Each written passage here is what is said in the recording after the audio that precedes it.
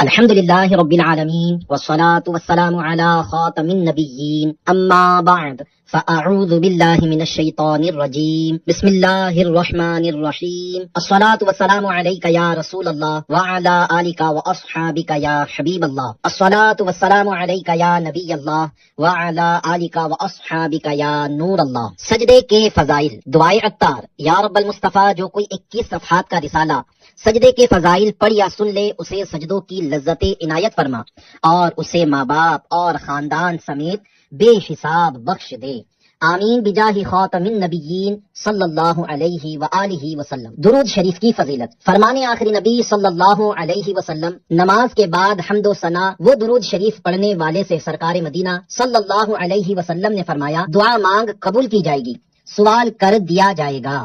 صلو علی الحبیب صلی اللہ علی محمد۔ مغفرت کا نسخہ۔ حضرت ابو سعید خدری رضی اللہ عنہ فرماتے ہیں، جو بندہ حالت سجدہ میں 3 مرتبہ یہ کہیں، یا رب اغفر لی، یا رب اغفر لی، یا رب اغفر لی، جب وہ اپنا سر اٹھائے گا تو اس کی مغفرت یعنی بخشش ہو چکی ہوگی۔ یہ دعا نفل نماز کے سجدوں میں پڑھیے یا نفل کے علاوہ اللہ پاک کی نعمتوں پر سجدہ شکر کی نیت سے سجدہ کریں اور اس میں اور جو چاہے جائز دعائیں مانگے۔ یا خدا میری مغفرت فرما، باغ فردوس مرحمت فرما۔ صلو علی الحبیب صلی اللہ علی محمد۔ رحمت عالم صلی اللہ علیہ وسلم کا فرمان رحمت نشان ہے، بندہ سجدے کی حالت میں اپنے رب کریم سے بہت زیادہ قریب ہوتا ہے، اس لیے تم سجدے میں بکثرت یعنی زیادہ دعا کیا کرو۔ شرح حدیث۔ حکیم الامت حضرت مفتی احمد یار خان رحمت اللہ علیہ اس حدیث پاک کے تحت لکھتے ہیں، رب کریم تو ہم سے ہر وقت قریب ہے مگر ہم اس سے دور رہتے ہیں، البتہ سجدے کی حالت میں ہمیں اس سے خصوصی قرب یعنی خاص قریب ہونا نصیب ہوتا ہے، لہذا اس قرب یعنی نزدیکی کو غنیمت سمجھ کر جو مانگ سکے مانگ لے۔ سجدہ شکر میں وضو لازم ہے اور بغیر سجدہ شکر کے عادتاً جو سجدہ کیا جاتا ہے اس کے لیے وضو ضروری نہیں، کیونکہ یہ شرعی سجدہ نہیں، محض ایک مباح عمل ہے، نہ ثواب نہ گناہ۔ نماز کے علاوہ سجدوں میں دعا مانگنی ہو تو عربی کے علاوہ دیگر زبانوں میں بھی مانگ سکتے ہیں۔ صحابی ابن صحابی حضرت عبداللہ ابن عباس رضی اللہ عنہما سے روایت ہے کہ سرکار مدینہ صلی اللہ علیہ وسلم کا فرمان رحمت نشان ہے، مجھے رکوع و سجدے میں تلاوت قرآن سے منع کیا گیا ہے۔ رکوع میں تو رب کی تعظیم کرو اور سجدے میں دعا میں کوشش کرو کہ وہ دعائے قبولیت کے لائق ہے۔ حضرت مفتی احمد یار خان رحمت اللہ علیہ اس حدیث پاک کی شرح میں لکھتے ہیں، نفل نماز کے سجدوں میں صراحتاً یعنی صاف لفظوں میں دعائیں مانگو اور دیگر نمازوں کے سجدوں میں رب کریم کی تسبیح و تحمید یعنی پاکی و خوبی بیان کرو کہ یہ بھی ضمنی دعا ہے، یعنی ایک طرح سے دعا ہی ہے، کیونکہ کریم کی تعریف بھی دعا ہوتی ہے۔ بعض بزرگوں کو دیکھا گیا کہ وہ سجدے میں گر کر دعائیں مانگتے ہیں، ان کا ماخذ یعنی بنیاد یہ حدیث ہے، کیونکہ سجدے میں بندے کو رب کریم سے انتہائی قرب ہوتا یعنی بہت نزدیکی حاصل ہوتی ہے، اس حالت کی دعا انشاءاللہ ضرور قبول ہوگی۔ والد اعلیٰ حضرت مولانا نقی علی خان رحمت اللہ علیہ کی فضائل دعا میں دعا کی قبولیت کے 45 اوقات و حالات میں سے 20 نمبر ہے۔ سجدے میں دعا قبول ہونے کی قوی یعنی مضبوط امید ہے۔ فضائل دعا کے صفحہ 62 پر اعلیٰ حضرت امام احمد رضا خان رحمت اللہ علیہ کے دیے ہوئے ارشاد کا خلاصہ ہے، اللہ پاک کی بارگاہ میں دعا و التجا کرنے کی توفیق ملنے پر سجدہ شکر کی نیت سے سجدہ کرے کہ بندہ سجدے میں اپنے رب کریم کے سب سے زیادہ قریب ہوتا ہے۔ رسول اللہ صلی اللہ علیہ وسلم نے ارشاد فرمایا، بندہ سجدے کی حالت میں اپنے رب کریم سے بہت زیادہ قریب ہوتا ہے، اس لیے تم سجدے میں دعا زیادہ مانگو۔ صلو علی الحبیب صلی اللہ علی محمد۔ حضرت مولانا نقی علی خان رحمت اللہ علیہ نقل فرماتے ہیں، اس یعنی ولادت کے وقت آپ صلی اللہ علیہ وسلم نے جناب الہی میں سجدہ کیا اور کہا، رب حبلی امتی، ترجمہ، خدایا میری امت کو میرے واسطے بخش دے، یعنی میری امت مجھے دے دے۔ خطاب ہوا یعنی کہا گیا، وَهَبْتُكَ أُمَّتَكَ بِأَعْلَى حِمَّتِكَ، ترجمہ، میں نے تیری امت کو بس سبب تیری بلند ہمت کے بخش یعنی تجھے دے دیا۔ پھر فرشتوں سے ارشاد الہی ہوا، اے میرے فرشتوں، گواہ رہو کہ میرا حبیب اپنی امت کو پیدا ہونے کے وقت نہ بھولا تو اس کو قیامت کے دن کس طرح بھولے گا۔ ربی حبلی امتی کہتے ہوئے پیدا ہوئے، حق نے فرمایا کہ بخشا، الصلاۃ والسلام، صلو علی الحبیب صلی اللہ علی محمد۔ ایک نیک بندے سے کسی نے اپنی پریشانیوں کا رونا روتے ہوئے کہا، جو کام کرتا ہوں وہ الٹا ہو جاتا ہے، کیا کروں؟ انہوں نے پوچھا، اسٹیپ دیکھی ہے؟ بولا دیکھی ہے۔ پوچھا کیا یہ جانتے ہو کہ اسٹامپ پر لکھائی کیسے ہوتی ہے؟ کہنے لگا اس پر الٹی لکھائی ہوتی ہے۔ فرمایا کیا یہ بتا سکتے ہو وہ سیدھی کیسے ہوتی ہے؟ جواب دیا جب اسٹامپ کاغذ پر لگتی ہے تو الفاظ سیدھے ہو جاتے ہیں۔ فرمایا جس طرح اسٹامپ اپنا ماتھا یعنی پیشانی کاغذ پر ٹیکتی ہے تو اس کے الٹے الفاظ سیدھے ہو جاتے ہیں، اسی طرح تو بھی وضو کر کے مسجد جا اور اپنے خالق و مالک کے حضور ماتھا ٹیک یعنی سجدہ کر، انشاءاللہ تیرے بھی الٹے کام سیدھے ہو جائیں گے۔ سجدے کے 4 حروف کی نسبت سے سجدے میں دعا قبول ہونے کی 4 واقعات۔ نمبر 1، حضرت ابو عبد الرحمن دمشقی رحمۃ اللہ علیہ بیان کرتے ہیں کہ حضرت مقفول دمشقی رحمۃ اللہ علیہ فرماتے ہیں اللہ پاک کے پیارے نبی حضرت سلیمان بن داود علیہ السلام بالوں سے بنی ہوئی ایک چٹائی پر تشریف فرما تھے اور ان کے اصحاب ان کے گرد بیٹھے تھے۔ آپ نے ہوا کو حکم دیا تو اس نے چٹائی کو اوپر اٹھا لیا، جنات و انسان آپ کے سامنے چلنے لگے، پرندوں نے سایہ کر دیا۔ ایک کسان کھیت میں کام کر رہا تھا، اس نے دل میں کہا اگر حضرت سلیمان علیہ السلام میرے سامنے ہوتے تو میں ان سے 3 باتیں کرتا۔ اللہ پاک نے آپ کی طرف وحی فرمائی کہ کسان کے پاس جائیے۔ آپ گھوڑے پر سوار ہو کر اس کے پاس تشریف لے گئے اور فرمایا اے کسان میں سلیمان ہوں، تم جو پوچھنا چاہتے ہو پوچھو۔ کسان عرض گزار ہوا آپ کو میرے دل کے ارادے کا علم کیسے ہوا؟ ارشاد فرمایا اللہ کریم نے مجھے اس کا علم عطا فرمایا۔ کسان نے عرض کی میں نے اس علم پر یقین کیا۔ پہلی بات یہ ہے خدا کی قسم جب میں نے آپ کو نعمتوں میں دیکھا تو خود سے کہنے لگا کہ حضرت سلیمان علیہ السلام کی گزشتہ یعنی گزری ہوئی لذتیں اور نعمتیں ختم ہو جاتی ہیں، جبکہ میں جس محنت اور تھکن میں کل تھا آج بھی ویسا ہی ہوں، مگر آپ علیہ السلام بھی گزری ہوئی لذت دوبارہ محسوس نہیں کرتے ہیں اور میں بھی گزری ہوئی تکلیف دوبارہ محسوس نہیں کرتا۔ حضرت سلیمان علیہ السلام نے دوسری بات پوچھی تو اس نے عرض کیا میں نے خود سے یہ کہا کہ حضرت سلیمان علیہ السلام بھی اس دنیا میں ہمیشہ نہیں رہیں گے اور مجھے بھی مر جانا ہے۔ ارشاد فرمایا تم نے سچ کہا۔ کسان عرض گزار ہوا تیسری بات میں نے فقط خود کو خوش کرنے کے لیے کہی تھی کہ بروز قیامت حضرت سلیمان علیہ السلام سے ان نعمتوں کے متعلق پوچھا جائے گا، مجھ سے سوال نہیں ہوگا۔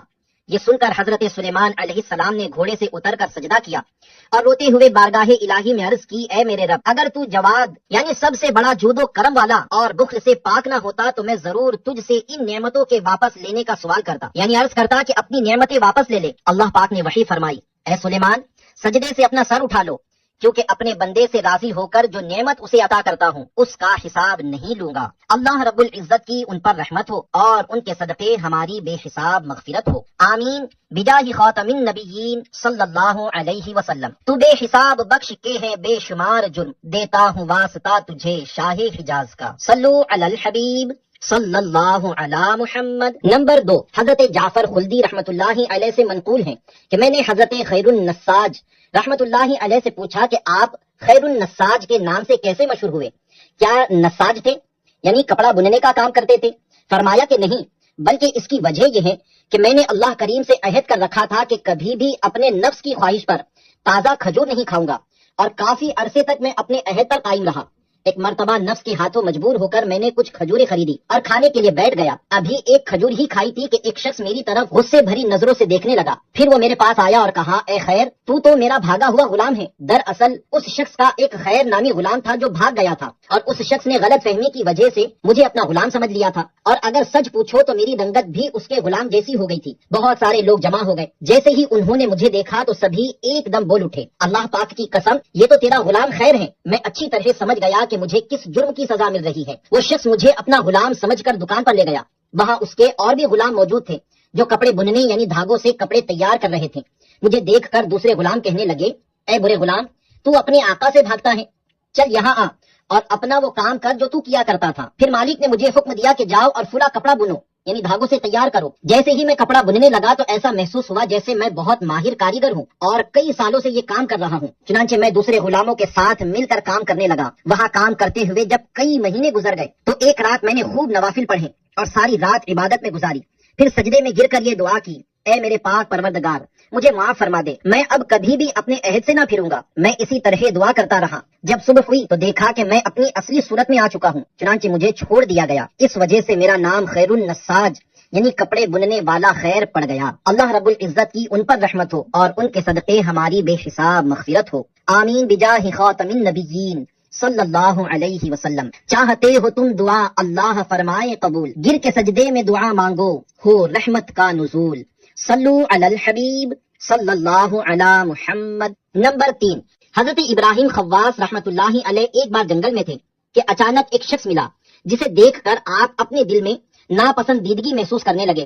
وہ شخص کہنے لگا میں نصرانی راہب یعنی کرسچن تارک الدنیا ہوں اور روم سے آپ کی صحبت میں رہنے کے لیے حاضر ہوا ہوں۔ آپ کو دل میں پیدا ہونے والی ناپسندیدگی کی کیفیت کا راز معلوم ہو گیا۔ آپ نے راہب سے فرمایا میرے پاس کھانے پینے کی کوئی چیز نہیں، کہیں ایسا نہ ہو تم تکلیف میں آ جاؤ۔ وہ کہنے لگا یا سیدی یعنی اے میرے سردار، دنیا میں آپ کے نام کا ڈنکا بج رہا ہے اور آپ ابھی تک کھانے پینے کی فکر میں لگے ہوئے ہیں۔ یہ سن کر آپ نے اس کو صحبت میں رہنے کی اجازت دے دی۔ 7 دن رات بغیر کھائے پیے گزر گئے۔ وہ گھبرا گیا اور کہنے لگا اب معاملہ میری برداشت سے باہر ہو چکا ہے، کھانے پینے کا کوئی انتظام فرما دیجیے۔ حضرت ابراہیم خواص رحمت اللہ علیہ نے سجدہ کیا اور بارگاہ خداوندی میں عرض کی یا اللہ پاک، اس غیر مسلم نے میرے بارے میں حسن ظن یعنی اچھا گمان قائم کیا ہے، میری لاج تیرے ہاتھ میں ہے، مجھے اس غیر مسلم کے سامنے رسوا نہ کرنا۔ دعا مانگ کر جب سجدے سے سر اٹھایا تو ایک تھال موجود تھا جس میں 2 روٹیاں اور پانی کے 2 برتن رکھے ہوئے تھے۔ کھا پی کر دونوں وہاں سے چل پڑے۔ مزید 7 روز گزرنے کے بعد کہیں رکے تو اس راہب نے سجدے میں جا کر دعا مانگی۔ دیکھتے ہی دیکھتے ایک تشت یعنی تھال نمودار یعنی ظاہر ہوا جس پر 4 روٹیاں اور 4 برتنوں میں پانی موجود تھا۔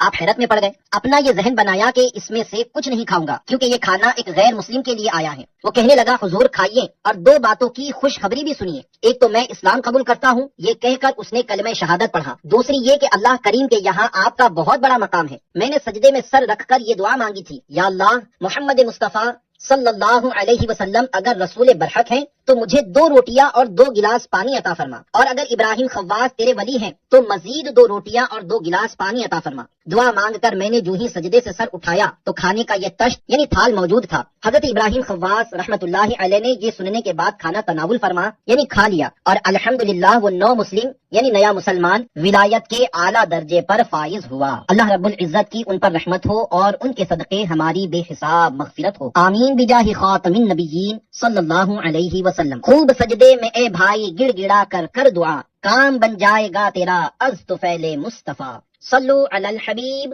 صلی اللہ علی محمد۔ نمبر 4، حضرت شیخ ابو بکر شبلی بغدادی رحمت اللہ علیہ نے ایک دنیا میں پھنسے یعنی دنیا دار آدمی کو دیکھا تو سجدے میں گر گئے اور آپ نے یہ دعا پڑھی الحمدللہ الذی عافانی مما ابتلاک بہ وفضلنی علی کثیر ممن خلق تفضیلا، یعنی اللہ پاک کا شکر ہے جس نے مجھے اس مصیبت سے عافیت دی جس میں تجھے مبتلا کیا اور مجھے اپنی بہت سی مخلوق پر فضیلت دی۔ اللہ رب العزت کی ان پر رحمت ہو اور ان کے صدقے ہماری بے حساب مغفرت ہو، آمین بجاہ خاتم النبیین صلی اللہ علیہ وسلم۔ یہ واقعہ نقل کرنے کے بعد حکیم الامت حضرت مفتی احمد یار خان رحمت اللہ علیہ لکھتے ہیں یہ دعا ہر دینی و دنیاوی مصیبت زدہ کو دیکھ کر پڑھی جائے تو انشاءاللہ پڑھنے والا اس مصیبت سے دور رہے گا۔ یہ دعا ترمذی شریف کی حدیث نمبر 3443 میں بیان کی گئی ہے۔ مفتی احمد یار خان اس حدیث پاک کے تحت فرماتے ہیں بلا خواہ جسمانی ہو جیسے کوڑ، اندھاپن یا اور کوئی بیماری، یا مالی جیسے قرض، فقر، تنگی رزق وغیرہ، یا دینی جیسے کفر، فسق، ظلم، بری بدعت وغیرہ، غرض کے ہر مصیبت کے لیے یہ دعا اکسیر ہے۔ یہ دعا بہت آہستہ کہیں کہ وہ مصیبت زدہ نہ سنے، اسے رنج ہوگا۔ 3 قسم کی بیماریوں، نمبر 1 زکام، نمبر 2 کھجلی اور نمبر 3 آشوب چشم یعنی آنکھیں دکھنے میں مبتلا کو دیکھ کر یہ دعا نہ پڑھی جائے۔ ان بیماریوں کے فوائد بیان کرتے ہوئے اعلیٰ حضرت فرماتے ہیں حضور سرور عالم صلی اللہ علیہ وسلم سے حدیث ہے کہ 3 بیماریوں کو مکروہ نہ رکھو یعنی برا نہ سمجھو۔ نمبر 1 زکام کہ اس کی وجہ سے بہت سی بیماریوں کی جڑ کٹ جاتی ہے۔ نمبر 2 کھجلی کہ اس سے امراض جلدیہ یعنی اسکن ڈیزیز، جزام یعنی کوڑ وغیرہ کا انسداد ہو جاتا ہے یعنی راستہ رک جاتا ہے۔ نمبر 3 آشوب چشم نابینائی یعنی اندھے پن کو دفع کرتا ہے۔ ہر برائی سے تو بچا یا رب، دے دے امراض سے شفا یا رب، صلو علی الحبیب صلی اللہ علی محمد۔ تابعی بزرگ حضرت معدان بن ابو طلحہ رحمت اللہ علیہ بیان کرتے ہیں کہ میں صحابی رسول حضرت ثوبان رضی اللہ عنہ سے ملا، میں نے عرض کی مجھے ایسا عمل بتائیے جسے میں کروں تو اس کی برکت سے اللہ پاک مجھے جنت میں داخل کر دے، یا میں نے یہ کہا کہ مجھے اللہ پاک کا سب سے پسندیدہ عمل بتائیے۔ حضرت ثوبان رضی اللہ عنہ خاموش رہے۔ میں نے پھر پوچھا، آپ خاموش رہے۔ میں نے جب تیسری بار پوچھا تو فرمایا میں نے رسول اللہ صلی اللہ علیہ وسلم سے اس بارے میں سوال کیا تھا، آپ صلی اللہ علیہ وسلم نے فرمایا تھا کثرت سے سجدے کیا کرو، کیونکہ تم جب بھی اللہ پاک کے لیے سجدہ کرو گے اللہ پاک تمہارا 1 درجہ بلند فرما دے گا اور اس کے بدلے تمہاری ایک خطا معاف فرما دے گا۔ ایک روایت میں یہ بھی ہے کہ اللہ پاک اس کے سبب سجدہ کرنے والے کے لیے ایک نیکی لکھتا ہے۔ حضرت مفتی احمد یار خان رحمۃ اللہ علیہ پہلی حدیث پاک کے اس حصے میں نے رسول اللہ صلی اللہ علیہ وسلم سے اس بارے میں سوال کیا تھا کہ تحت فرماتے ہیں، یعنی میں نے بھی حضور صلی اللہ تعالی علیہ وسلم سے 3 بار یہ سوال کیا تھا، 2 بار سرکار صلی اللہ علیہ وسلم خاموش رہے تھے اور تیسری بار میں جواب دیا تھا۔ اسی سنت پر عمل کرتے ہوئے میں بھی 2 بار خاموش رہا۔ حضور صلی اللہ علیہ وسلم کی یہ خاموشی سائل یعنی پوچھنے والے کا شوق بڑھانے کے لیے، اور حضرت ثوبان رضی اللہ عنہ کی خاموشی اسی سنت پر عمل کے لیے ہے۔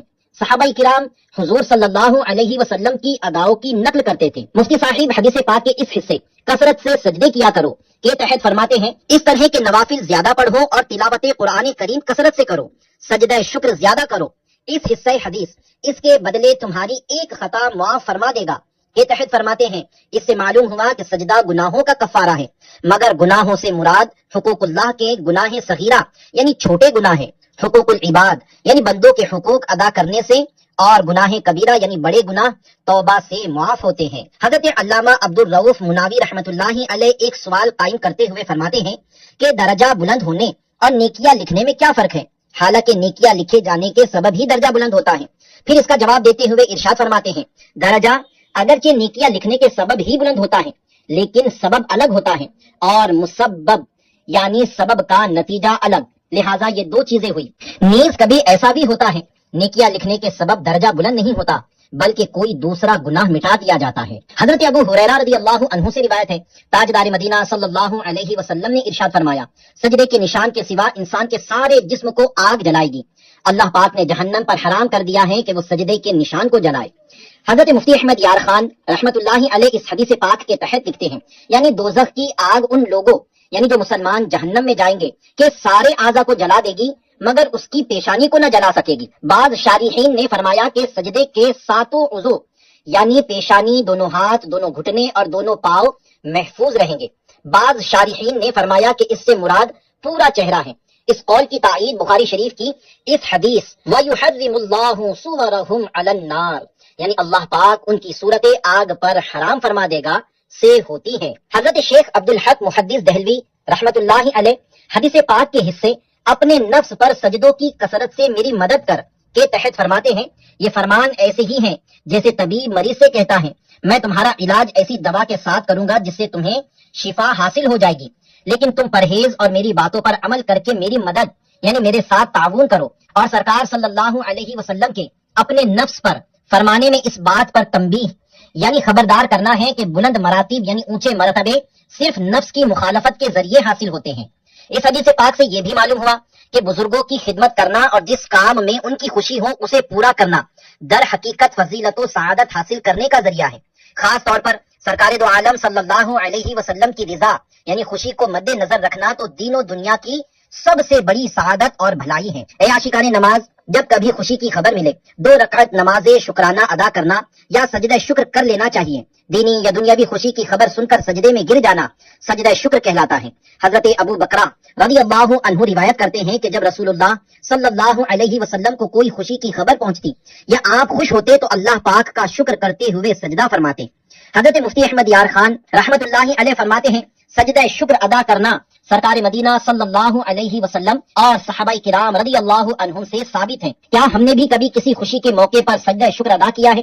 ملفوظات اعلیٰ حضرت سے 2 عرض و ارشاد ملازہ ہو۔ عرض، سجدہ شکر مسنون ہے یا مستحب؟ ارشاد، سنت مستحبہ ہے۔ جس وقت ابو جہل لعین کا سر کٹ کر سرکار میں آیا یعنی حضور صلی اللہ علیہ وسلم کے پاس لایا گیا تو سجدہ شکر فرمایا۔